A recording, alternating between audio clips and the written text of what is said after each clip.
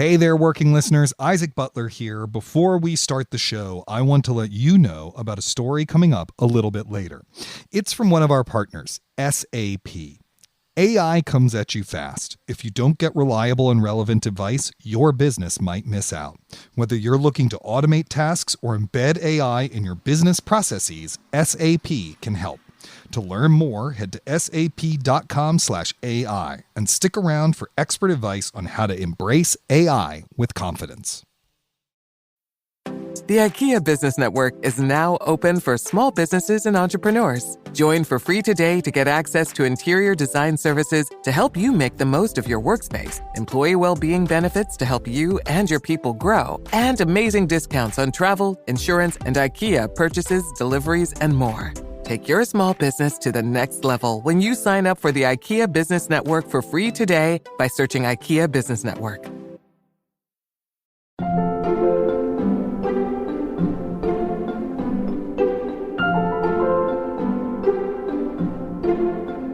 When you're doing comedy, when you start, you're just full of ideas, and then your sense of humor becomes more refined, and the things you think are funny become less and less. I'm at the point where I think almost nothing is funny, and so it's just so much harder now to come up with something where I'm like, that's something I haven't heard before. Welcome back to Working. I'm your host, June Thomas. And I'm your other host, Isaac Butler. Isaac, I'm always excited to chat with you, and today is absolutely no exception. But tell me, whose voice did we hear at the top of the show? That was the voice of Dina Hashem. She is a stand-up comic who also writes for The Daily Show. Woo! And why did you want to speak with Dina right now? Well, honestly, I just think Dina's really funny. I've seen her live the first time when she opened for Yola Tango. And recently I watched her first special, which people can go look up on Amazon. And, you know, we've had so few comedians on this show. I thought, why not? All right, well, I cannot wait to hear your conversation with Dina, but tell me, is there something extra for Slate Plus members? What will they hear? Indeed, there is. Dina is not only a comedian, but she is also a drummer. And I don't know if you know this about me, June. I used to be a drummer in high school and college. So, you know, we talked about hitting the skins and how she became a drummer and what she thinks of it. I love that I learn new things about you even now, Isaac. That will be an amazing treat. And if you're a member of Slate Plus, you'll get to hear that at the end of the episode. And if you aren't, it is incredibly easy to join. As a Slate Plus member, you get to hear extra segments on this show and others like the Culture Gabfest. You'll get bonus episodes of shows like Slow Burn and Amicus. And of course, you will never hit a paywall on slate.com. To learn more, go to slate.com/workingplus. All right, let's hear Isaac's conversation with Dina Hashem.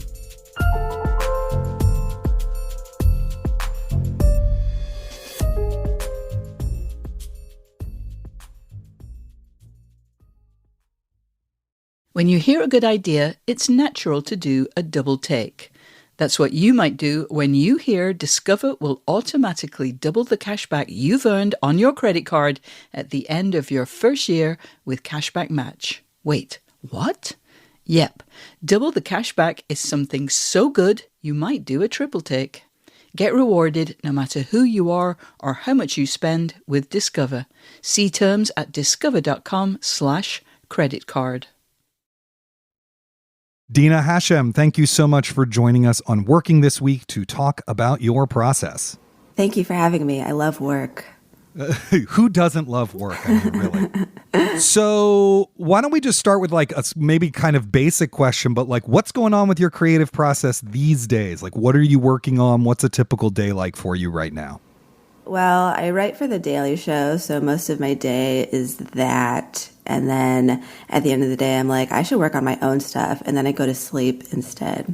But I'm trying to fix that. I still do stand-up, obviously. So just always try to get in like a new idea every day. But I've never really had a creative process, so I'm probably the worst guest you could possibly have. What do you mean by you've never had a creative process? Like, I don't know how I come up with anything. I just really wait for the muse of inspiration to enter into my brain. And then I'm like, oh, thank you, muses. That's a good idea. And then I record it. But like, I have no way of just like, I can't tell myself to sit down and like work, really. See, I feel like that's a process. I feel like you've somehow created a way for the muse to visit you. And you did say you record it in some way. So do you like talk into your phone? Do you write it down? How are you recording your ideas when they come to you? I'm full iPhone notes pad. Like, I can never switch phones because I'm addicted to the notes pad. I know comics who still write things down with their hands, and it's like I forgot how to write. So I'm really dependent on it. But there's zero organization, so it's actually a terrible process because I just have like 2 different notes, and they're just, you can scroll infinitely. And I never scroll, so they're just ideas sitting in there that I'll never go back to. Right. Okay. So, but I assume that like the muse does not arrive and is not like, this is a perfectly crafted setup and punchline for you, right? Or does it often come that way? You know, it sounds crazy, but for like most of my career, that is exactly how jokes would come to me. And then at some point that stopped happening. And that was when I was like, oh my God, now I have to really like think about like coming up with new jokes. But for most of my career, yes, that's like, it's probably mostly the reason that I did it for so long is that it required not a lot of effort on my part. It would be like my own just interior monologue I would just pluck things straight from that. So that's what my jokes were, just thoughts I was already having. Amazing. And when did that sort of dry up or begin to stop as a constant source of material? I mean, I guess probably around the same time that my career really started picking up, which it makes sense because it's, yeah, I don't know, probably sometime after maybe like 2018 or something like that. I remember doing my Conan set, and then after that, it became more difficult to think of things. Is that because the spotlight was brighter on you or something? Like, did you feel like you were jammed up by, you had new expectations for yourself or whatever? I don't, it's hard to say. I think it's also, the problem is that when you're doing comedy, when you start, you're just full of ideas and you're like, everything's funny. And like, you're just flush with ideas. And then your sense of humor becomes more refined and the things you think are funny become less and less. And so I'm at the point where I think almost nothing is funny. And so it's just so much harder now to come up with something where I'm like, that's good enough. That's funny. That's something I haven't heard before. And so that really is what makes it a lot harder, I think. Got it. Your standards. You raised your standards for yourself. Your inner critic is more active. Yeah, like there are jokes that I still tell now from like before that sort of reckoning happened, and crowds still love them, but I hate them. I'm like, you guys don't know what you're talking about. That's a bad joke. It's not funny. But like crowds still love them. So it's like this weird, like I almost disdain myself and them when they enjoy an old joke that I hate. Can I ask you for an example of one of those, or do you not want to reveal which of your? Okay, great. It's like it's this break in case of emergency joke, and it always works. It has never not worked. And it's like one of the oldest jokes I've ever written. It's in my Conan set. It's the joke where I'm like, I went on a date with a guy and he could just turn everything I say into something sexual. He's like, what kind of music do you like? I was like, oh, I've been listening to the Beatles. I know that's kind of lame. Usually you do that and you get out of it, but I just think they're cool.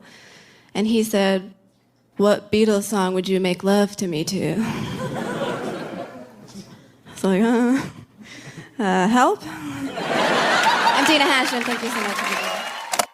And so this is a joke that just like always hits. But to me, it's like, it's so formulaic. It's such an easy like reveal that like, to me, I think it's, like, I hate it, but people love it. And it's exactly the type of joke that crowds want at a comedy club. And it's the type of joke that I cannot write anymore. I could not possibly think of a joke like that anymore because I don't think it's funny.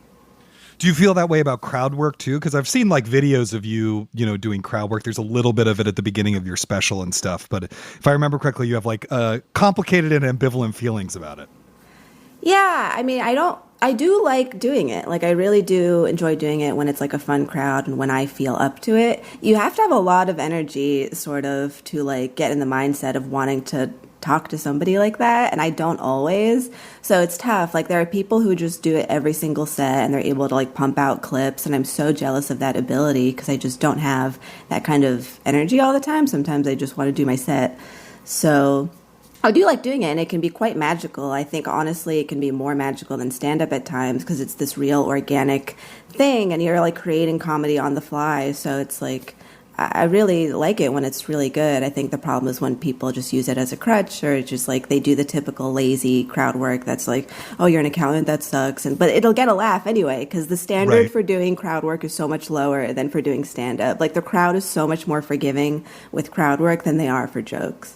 Why do you think that is? Is it just because it's improvised, or because they're being engaged actively in it, or? I think it's because they become the center of attention, and it's just like, it's just a more exciting thing. Yeah, it's like, oh my God, what could happen? What's going to happen? Like, I think it's the live nature of it. So you mentioned that you just felt like the Beatles titles joke, the break in case of emergency joke, is a little, it felt like a little hackneyed to you, that particular reveal. So like, what's an example of a joke of your own that you think is funny today, like with your loftier standards? What has changed in like the actual content of the writing? Well, I guess the things I think of now are just, I mean, I've always had like, kind of dark stuff, but the stuff that I think of now is often too dark for most average audiences. And so how do you know a joke is too dark for audience? Is that because you've tried it a bunch of times and it's bombed, or is that just like you? Oh my God, you just feel the crowd being like, oh my God, which is ridiculous. It's like, my tolerance for it is so much higher, I guess, than like certain crowds. But I don't want to be like, oh, I'm this like fucking edgelord. It's like not like that either. It's just certain crowds they're not expecting to hear something that, like, I have a joke about Jared Fogle, the subway pedophile. Yeah. Mm-hmm. Which is one of my favorites right now. And it does work a lot, but there are some times where the crowd is like, they like almost can't believe that I'm like joking about pedophilia. It's just, but it's, I don't really get that, because it's like, you came to a comedy club. We're not like at your workplace. Like, you came to hear something that you wouldn't normally hear. So like, right. That'd be amazing if you just showed up at someone's cubicle and were like, I have a type 5 about pedophile Jared Fogle. Which I am down to do. Right. But yeah, it's like, you guys are wrong. Like, I'm doing the right thing. Right. You came to my workplace. I'm the one who gets to say what I want right now. Right.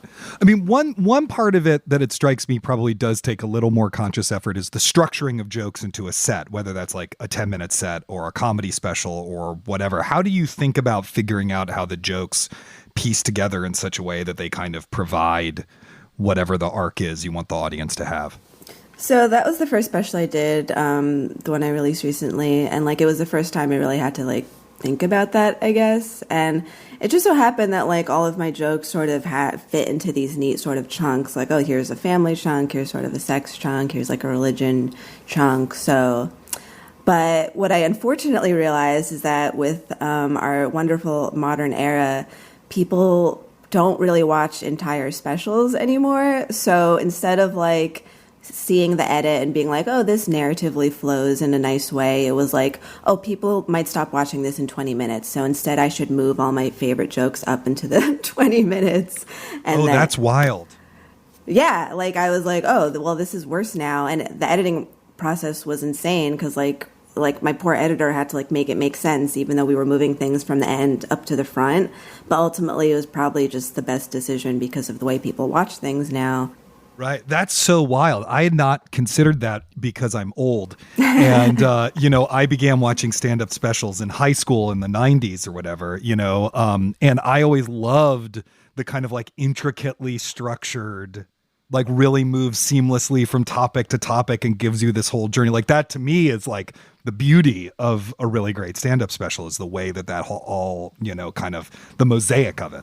I agree, and that's what I was thinking when I performed it, and then I realized that the viewers' attention span aspect after, and then that's why we made those changes. But so the special is not in the order in which you told those jokes. It mostly is, but there's like a chunk that is definitely moved. And if you watch, you could probably see the editing is a little bit like we couldn't make it perfect, so you could probably see Yeah. The water bottle continuity is off or There's whatever. absolutely a glass moment where a glass just disappears. But Oh, really? I'll have to go back over it like the Zapruder film and be like, see, there's the water. You mentioned that you now write for The Daily Show, so you're mostly writing for someone who is not you, right? Mm-hmm. Like, didn't you recently write for Triumph? Didn't you recently write a bit for Triumph or something? I saw you. That was posted. that was for The Daily Show. We did a sketch with him. Incredible. All right, welcome to our focus group of undecided voters. Tell us your name and what your problem is. I mean, that's like a dream. Like, I also, I have a little history of, roasting. Like, there was a time when roasting was a big thing in the New York scene. So I have some questions about that coming up. So. Sure. How do you think about writing jokes for other people? Is it the same process that the ether, spits out a perfect gem and you're like, no, that would make sense? And no. Oh, God, no. It's really sitting down. It's actual work. Like, I wish the work I applied to writing jokes for The Daily Show, I could apply to my own set. But, it just doesn't work that way. Like, for the show, I'm, sitting there in front of my computer and I'm, actively thinking about writing jokes in a way that I never do for my own stand-up. Right. And then there's also some collaboration to it as well, right? I mean, you've got to go put those in a room and... Yeah, there's for the correspondent chats we do, that's usually 2 writers get assigned to it. So we write those together. But for the just individual jokes for the set, we mostly just write those on our own. Or we could choose to work with each other.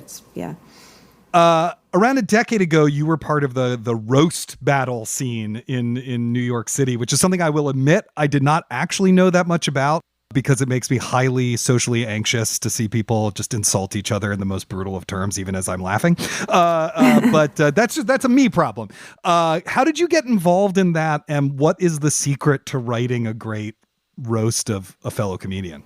I got involved. I mean, I was reluctant to. I guess it was because at a certain point it was a feeder for the Comedy Central Roast Battle show on TV. So it was and also a way to get into the Stand Comedy Club, which is where it was being hosted for the most part.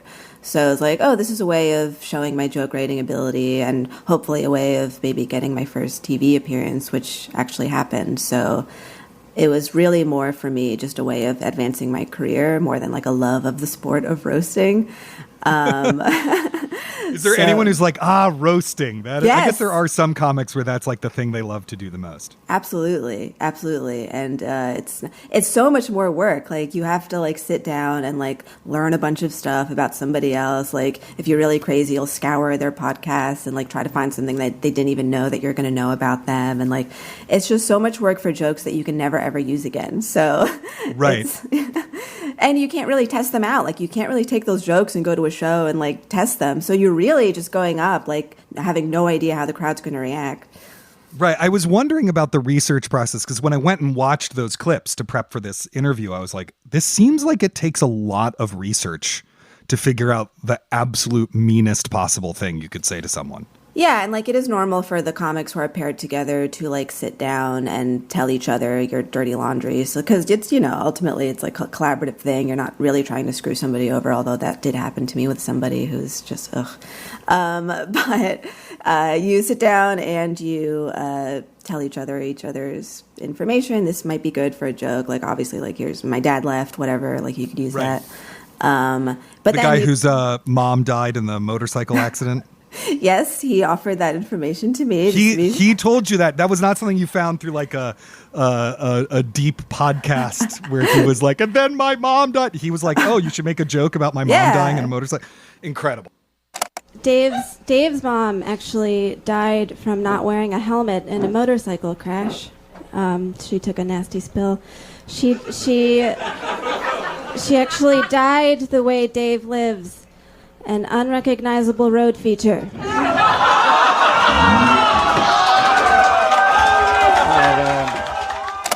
Yeah, it's everyone who does it, they know what they're in for. So right. That's why it's easy not to feel bad making these horrible jokes about each other, because it's it's consensual. You signed up for this. Right.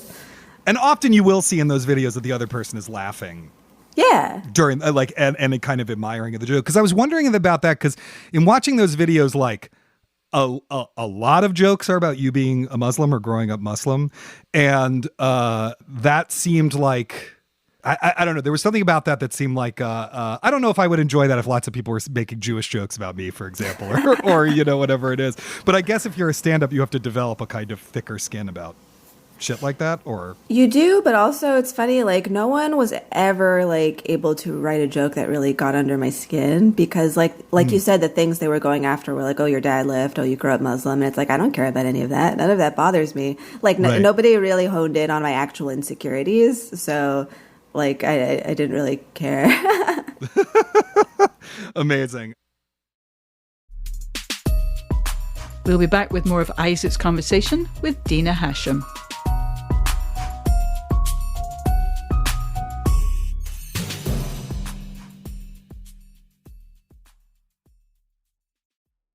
This podcast is brought to you by Slate Studios and SAP. AI is moving so fast. If you don't get reliable and relevant advice, your business might miss out. Welcome to Dear Artie, an advice column from SAP, where we tackle the tricky questions at the intersection of AI and business. Here's our expert, the technology futurist, Ian Kahn. Hi, I'm excited to dive into today's question. Dear Artie, the supply chain has been a friend and foe to my company. Can AI make us more resilient? Signed, Supply Chained to Uncertainty. Hey Supply, here's how AI in the supply chain can help. AI can massively automate data analytics and understand the movement of your goods. AI can point out weak links, market demand trends, optimal logistics, and other important aspects that impact the top and bottom lines for the business. Take the example of a large grocery chain that has hundreds of vendors spread through the country. In some cases, you may need to reroute shipments to other stores, such as in the case of fresh produce, a good that can go bad very fast. Managing such a supply chain is heavily dependent on the data provided, and AI can help optimize this information so that your supply chain works at its optimal levels. Embrace AI with confidence. Head to sap.com/AI to learn more. This episode is brought to you by SAP. First, the bad news. SAP Business AI won't help you generate cubist versions of your family's holiday photos, but it will help you understand which supplier is best to help you roll out your plant-based packaging in Southeast Asia, identify the training your junior project manager needs to rise up the ranks, and automate repetitive tasks while you focus on big innovations, so you can be ready for the next opportunity. Revolutionary technology, real-world results. That's SAP Business AI. Listeners, this is your last chance to ask for advice about creative dilemmas. As we announced last week, working is coming to an end at the beginning of September, but there is one more chance to ask us a question. Go to your computer right now, do not hesitate, and drop us a line at working@slate.com. You can also send a voice memo to that address or give us a ring at 304-933-WORK.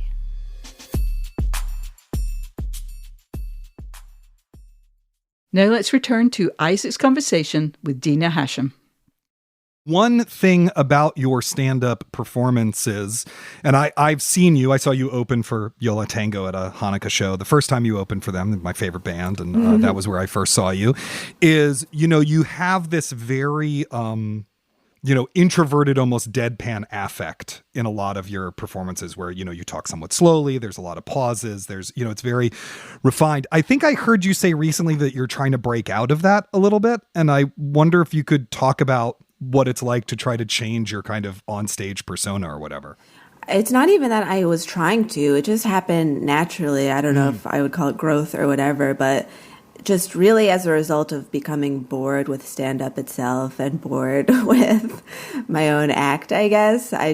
Something made me realize, I probably wouldn't enjoy watching myself. This isn't what I go watch. I also don't really watch stand-up at all. I don't really like it. So is that always true, or is that a recent development as you've been, because you've done it for long enough now that it doesn't interest you to watch? Well, I liked stand-up a little bit when I was young before I started doing it, but it was never a thing of I want to go watch a stand-up show or I need to watch this comic set. It was not really part of my life, so it's very bizarre that I got into this. So I think I definitely liked it more when I was like years ago when I was doing stand up, but I don't know what it is. I guess as a result of just seeing so much of it, or just like the people who I really liked are either like dead or it's like, okay, I get it, I've seen enough of you. So Right. yeah, and also gives me anxiety watching other people do stand up. I guess I don't know, it's strange. Other comics describe this feeling too. I don't know why. But yeah, so I was like, I just got bored of of just the deadpan thing. And also what really is the case is that my whole persona was really a direct result of actually being nervous. Like that was not something I chose. It was like, I'm nervous and this is the only way that I'm able to do this. So I guess getting over that nervousness was what allowed me to have more energy or have more fun on stage. Fun is a thing that never occurred to me was part of doing this. Really? Wait, it never occurred to you that fun was an aspect of being a stand-up comic? Not at all. I would see other people having fun. I'd be like, what are they doing? This is work. This is your art, man. Like, it was just such like a ridiculous, like, I treated it like school. I was like, I have to write I have to write perfect jokes. I have to do this the right way. And that's how I treated it. And then something in me, I guess caring less about stand-up in itself allowed me to like have more fun with it and get, I guess, in a way better at it, because I think people do enjoy seeing more of like less deadpan on stage. Right. I don't know. What led you to care less about it? I think it's just like seeing the type of things that were gaining the most attention that I was just like, oh, this is not even what I like. Like, I'm not a fan of this, and this seems to be what people want. So it's hard to say. Like, I don't begrudge anyone their success for the most part. It's just, I've always felt like I didn't really, it was a weird fit for me always, performing. Like, I never wanted to be a performer. And then so just seeing more and more of like that chasm between like the things I want to say and what works in the art form of stand-up, it's just like, yeah, I should probably be doing something. I should be like, I was always a writer. Like I should be focusing on writing scripts and like other things I want to make that are not just specifically me performing on stage. So I guess making that realization of like, this is ultimately not the only thing that I want to do forever made me like care about it less, which happened to also make me, I guess, a little better at it. Right. 'Cause you're like a little freer. Yeah. It's like, everything isn't riding on this anymore. Right. Got it. Back before you were writing for The Daily Show, were you just on the road all the time? Was that like how you made your living? I mean, yeah, it was really the major thing I was doing is just either I was like opening for bigger comedians or headlining on my own. But I wasn't like an every weekend out on the road type of comedian, which in itself would be exhausting to me. That was another part of it. I was like, I don't even think I want that life of like being out on the road every weekend doing 5 shows. Like I do 1 hour and I'm like exhausted. So like, it's like, I don't even think it's the type of life I want. So that was part of it as well. That's interesting. I had a similar moment. I was a theater director in my 20s, and I had this moment where I was looking at and talking to like the more successful theater directors who were a decade older than me. And when they described their lives to me, I was like, I don't want that. Actually, right. Like if I got it was a big realization for me that if I got the career that I said I wanted, which I really did want, the life I would have to lead is something it was absolutely anathema to how I wanted to lead my life. I didn't want to be on the road 6 months out of the year. I wanted to have a kid, it's like stuff like that. Yeah. I think that happens to a lot of comedians, especially because it is such like a tough life. If you want to do it professionally and make enough money to earn a living, it's like grueling. You really have to be willing to have that lifestyle. And I think people don't think about that in the process of doing it. Yeah, totally.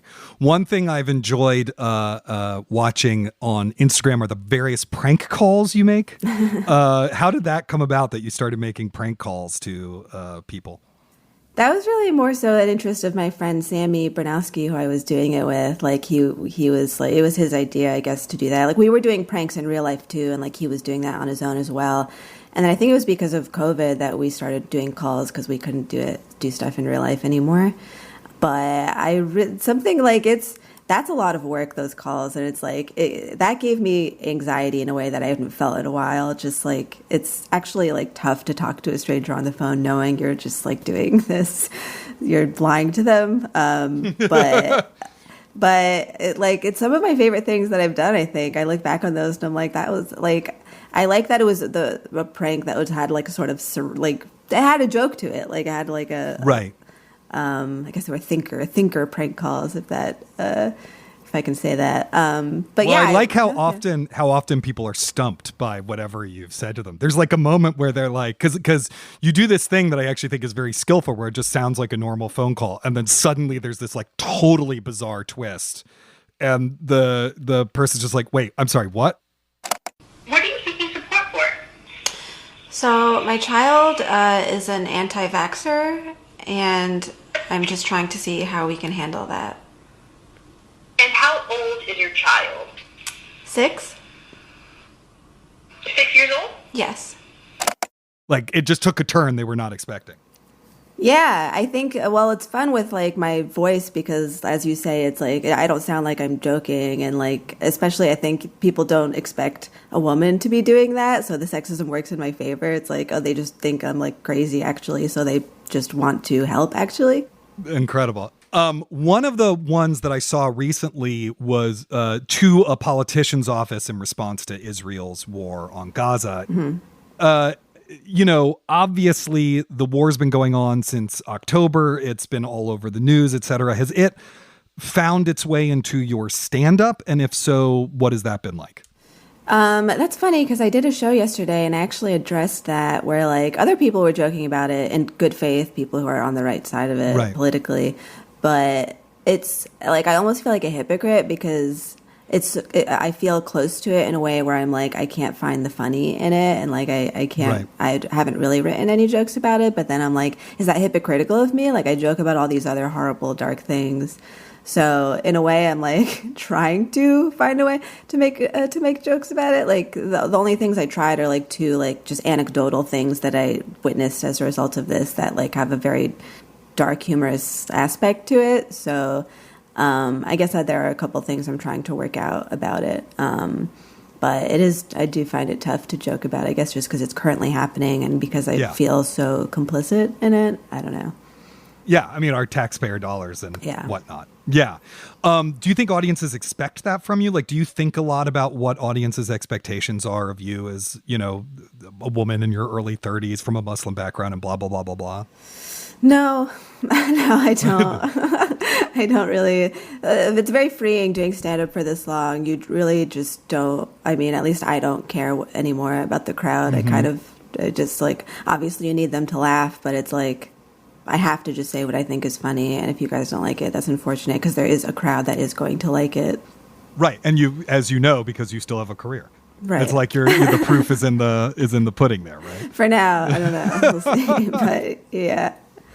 So it sounds, you know, you said at the beginning that, you know, the stream of inspiration is no longer like vomiting up jokes for you, right? So like, are you trying to kind of develop an actual sort of more formalized joke writing process right now for yourself? I say every time that comes up, I'm like, oh yeah, that's right, I have to do that. But I still don't know what that would look like. Like sitting down in front of a screen just does not seem like it's going to produce ideas for me. But because I tell myself that, I don't even try. So it's like, well, why don't I just try? Why don't I just try sitting in front of a screen and thinking of jokes? I guess the only times I've done that, I just haven't come up with anything that I found funny. Like, I guess my fear is that if I sit down and like write a joke, it's going to sound like something I sat down and wrote rather than like an organic, funny idea that just came to me. Are there certain environments or things that are more likely to cause those ideas to come to you, or do they just come to you in your experience, like totally randomly? You're walking down the street and you're like, oh, there was that date I went on. I should do a joke about that, or whatever it is.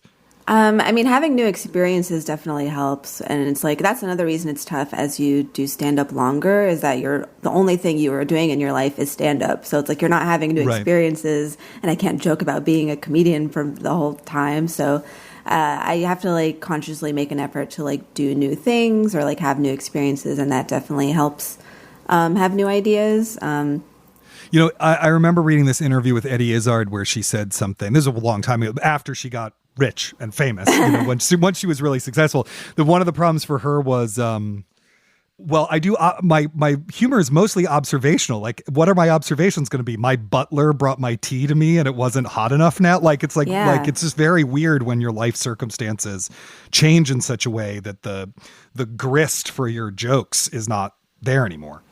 And unfortunately, I think that's what happens to a lot of comedians who have become rich and successful and famous. It changes their act, and for the worse, for the most part. Like, it's hard for me to think of comedians who have gotten, like, better with fame and fortune. I mean, there are a few, like, I mean, my all-time favorite is Norm Macdonald, and he was just managed to be funny his entire life somehow. But yeah, it's like, yeah, you have less observations, and the ones you have are like, like Eddie Izzard said. So I very thankfully I'm not rich and famous. So like, right. Yeah.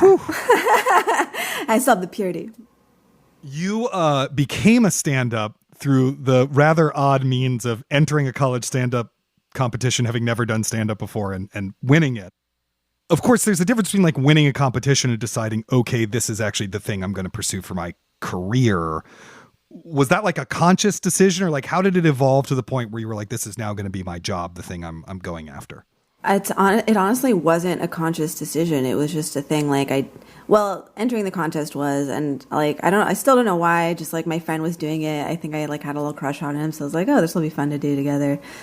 And then after I won, I guess it was just so natural of like, oh, I have to keep doing this. It wasn't even like a question. Like, it's hard to describe. It was just like, oh yeah, this is what I'm going to do. Like, it was just getting the positive feedback of people, and like me being such a shy, socially anxious person in the past. Like, it was such like an incredible new feeling that it was like, oh, if this is the way that I get to finally like communicate with strangers, then I have to keep doing this.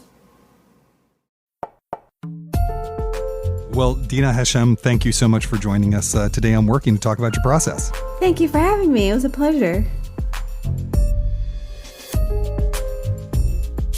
Up next, Isaac and I will talk about finding a creative process, making career pivots, and those not terribly enjoyable but potentially fruitful jobs that artists sometimes have to take on their career journeys. My dad works in B2B marketing. He came by my school for career day and said he was a big ROAS man. Then he told everyone how much he loved calculating his return on ad spend. My friends still laugh at me to this day. Not everyone gets B2B, but with LinkedIn, you'll be able to reach people who do. Get a $100 credit on your next ad campaign. Go to linkedin.com/results to claim your credit. That's linkedin.com/results. Terms and conditions apply. LinkedIn, the place to be, to be. Summer is supposed to be an opportunity to slow down, but when you look at your kids, you can't help but notice that your kids are growing up fast. Help them build independence as they grow with Greenlight. Greenlight is a debit card and money app for families, where parents can keep an eye on kids' money habits while kids learn how to save, invest, and spend wisely. It's the easy, convenient way to raise financially smart kids. Get your first month free when you sign up at greenlight.com/Spotify. Isaac, I absolutely love that interview, and I definitely need to go and watch Dina's stand-up special immediately. I think I will be thinking for a long time about how streaming has transformed the structure of the comedy special. That alone was worth the price of admission to this podcast. One other thing stuck out to me, maybe because it's something that several of the people I've interviewed for Working over the last 4.5 years have said to me, which is they don't really have a creative process. I love your gentle pushback to Dina, but she was perhaps the Working guest most determined to deny that she has one. It's just the muse. And I appreciate that she is now trying to figure out a process since the muse isn't visiting as regularly. But she's doing that at a point in her career when she's had an incredible amount of success. In my experience, the realization that you need to formalize the whole process thing comes usually at an earlier career stage. Isaac, what would you say to anyone out there who is at the point in their artistic evolution where I just let jokes, stories, music come to me, isn't quite cutting it anymore? What are some things people can do to figure out this massive thing we shorthand as a creative process? Well, first of all, June, I want to say that I'm glad you thought this interview was worth the $0.00 price of admission.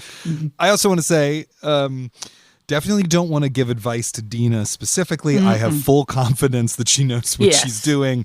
She's gotten this far. She's, very funny, very accomplished. I'm not worried about that. But I do think that everyone has that point in their career at some point where they have to figure out, how to work every day or how to get the work done, even when they're not feeling inspired. I think for most of us, it happens a lot earlier, but it does happen.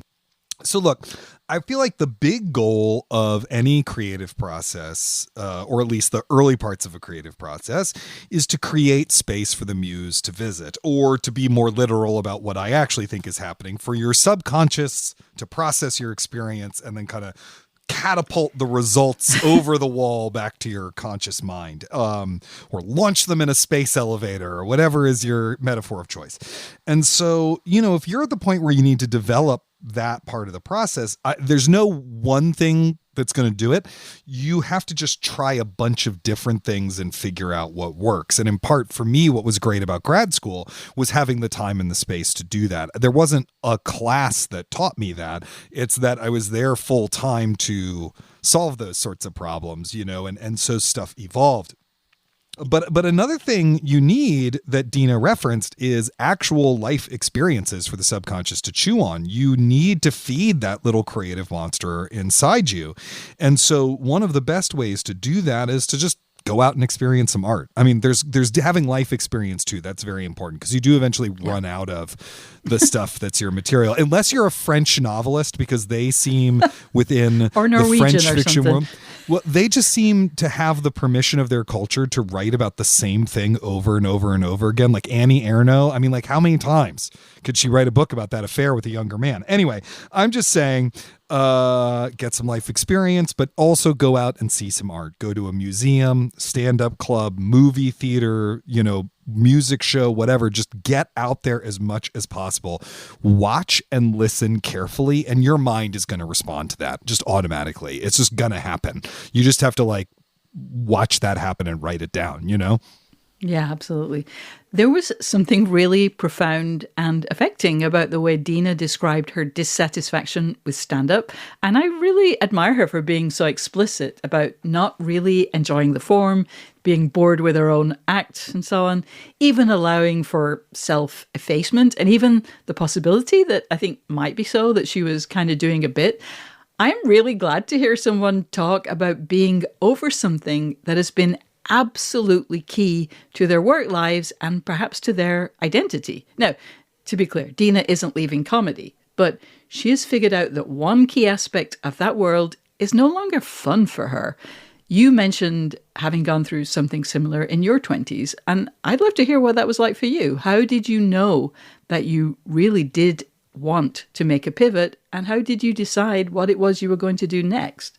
Yeah, well, I always loved directing. I still do. The hustle part of it, the making a living from it, the getting people to give you money to do it part is very hard. I mean, I actually enjoy taking meetings because I love talking to people. But to just give you one example, so the last show I did before I went to graduate school was this play called Milk, Milk, Lemonade. And it was for a work of that size, which is say off-Broadway show, basement theater, whatever. It was a big hit. We had lines around the block. People had heard about the show and were in town from other countries and would come to see it. Some celebrities came. I mean, it was that sort of thing. It is that thing that you are told over and over and over again. Once you do one of those, you get reviewed by the Times. That's when you get an agent. That's when you start making the journey to the next level. But that journey is actually much longer, right? So this is what happened. No matter what I did, I could not get the show extended. The venue had a renter coming in the next week. And I even was like, hey, could you just put me in touch with the renter and maybe we can buy them out, or we could do the shows in rep, or we could figure something out. The space owners would not do that. Multiple theaters came to see the show, including ones that had available space, but no one would transfer it because they did not develop it in-house. And so their brand would not benefit from from it. And this is not something I'm making up. That is something that they straight up told me. Like, they were very open about it. So what came out of this, experience beyond the fact of making a wonderful work of art with people I love? I got one meeting with an off-Broadway theater and I pitched them a project that I was developing. And not only did that theater say, that project isn't for us, but as soon as I got that project hooked up with a producer, they immediately replaced me with a better known director. So like, that was the immediate thing, and I just realized that, I had pulled a rabbit out of a hat with Milk Lemonade. You can have the best intentions in the world, a great script, great actors, whatever, and something can always go wrong. You never know how a play is going to turn out. And so I would have to continue pulling that rabbit out of a hat every year or so to finally get to the point in my career where I was traveling 6 months out of the year and making like $50,000, like, and missing my hypothetical child's childhood. Like, that just seemed insane to me. Yeah. At the same time, I was having some success as a writer. I was getting clips, placed somewhat regularly. My wife wanted to go to graduate school for business. And so I started exploring going to graduate school for writing. And I just sort of felt like, well, one important difference is that I don't need other people to practice the art of writing. I might need other people to like read it. Do you know what I mean? Like, I'm someone who wants to create things for an audience. I care about that, but to do directing, I had to like fool 12 people into coming into a room together that I had to rent, all that stuff. Yeah. And I just didn't need to do any of that to write. Every morning I could sit down and I could write, and then I could do that. And so even though it's a field with its own, gatekeepers and inconsistencies and pains and sorrows and thousand natural shocks and whatnot, I can still hold on to the practice of my art, which I can just do whenever I have the space to do it. That is a journey. There was something similar, actually, in the way that Dina described Rose that I imagine listeners in a lot of other fields could relate to. Many career paths meander through stages that you don't particularly enjoy, but they teach you things. They're good for building networks and contacts, and they can pay off. There's no guarantee, but they can. That is certainly the case in journalism. I mean, the days where you would serve an apprenticeship at a small town paper are gone, but at some other times, blogging, pumping out short takes at volume, podcasting, maybe even SEO work have taken, local journalism's place. Right. Was there some kind of equivalent in your career, Isaac? I did once write some SpawnCon. That was the big one writing wise. But most of that was actually like theater work. Like, I did some theater internships, PA work, stuff like that when I was starting out in my early 20s. It was a little different for writing because, I was older. I came out of graduate school. I was 33, 34. I already had a bunch of clips. And I would also say that like pretty early on, I wrote that piece, Is Hamlet Fat, for Dan Coyce. And that kind of established me at Slate. I mean, the rest of my career kind of flows from that piece, because then the editors knew who I was and knew that I would do something good and I could get work pretty regularly. So I didn't have to do quite as much, let's be honest, eating shit in my writing career. But in my directing career, I mean, it was years of it. Easily. And one thing that I'm grateful for is that people younger than me, I have deserve no credit to this at all. A lot of people, especially people younger than me, have put their foot down and said, you actually need to pay people to do that stuff, And so it is getting better. And I'm really grateful to the generation below me, but then the generation below after them will hopefully, not have to do quite as much of it while also working a full-time job. Yeah, for real. So I have to end this episode by saying that I was positively triggered by the mention of crank calls. Ooh, triggered. When I was at college, which to be fair was in the days when landlines were just called phones, I had a friend who pulled off some absolutely epic crank calls on me. He brought about more than one absolutely devastating demolition of my ego, my dreams, just about everything. Now, my friend's crank calls were clever, but not particularly funny, certainly at least not to me. But I have to know, Isaac, how do you rate crank calls on the official Butler humor scale? Well, first of all, I want you to tell me everything about this phone. Did it have one of those crinkly cords, or was it a straight cord? Those curly cords. Yeah, absolutely. Yeah.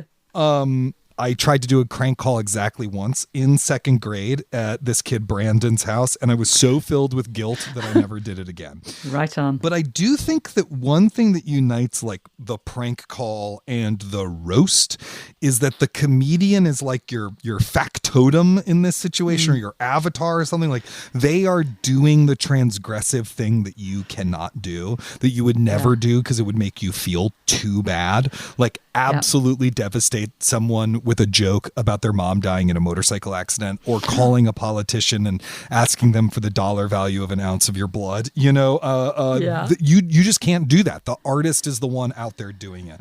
And so they provide this really interesting cathartic experience. So like I wouldn't do those things. I'm very glad that Dina did those things.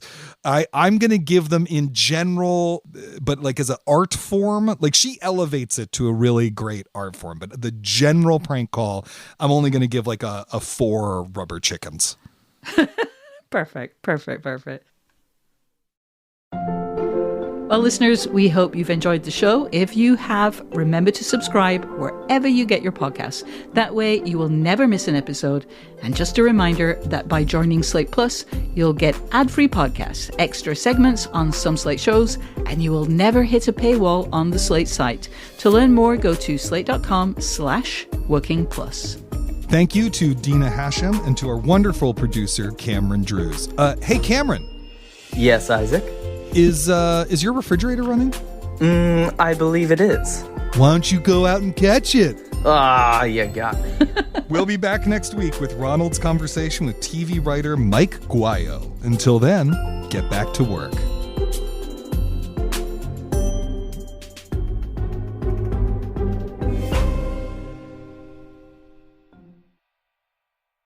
With the Lucky Land Slots, you can get lucky just about anywhere. This is your captain speaking. We've got clear runway and the weather's fine, but we're just going to circle up here a while and get lucky. No, nothing like that. It's just these cash prizes add up quick. So I suggest you sit back, keep your tray table upright, and start getting lucky. Play for free at LuckyLandSlots.com. Are you feeling lucky? No purchase necessary. VGW Group. Void where prohibited by law. 18+. Terms and conditions apply.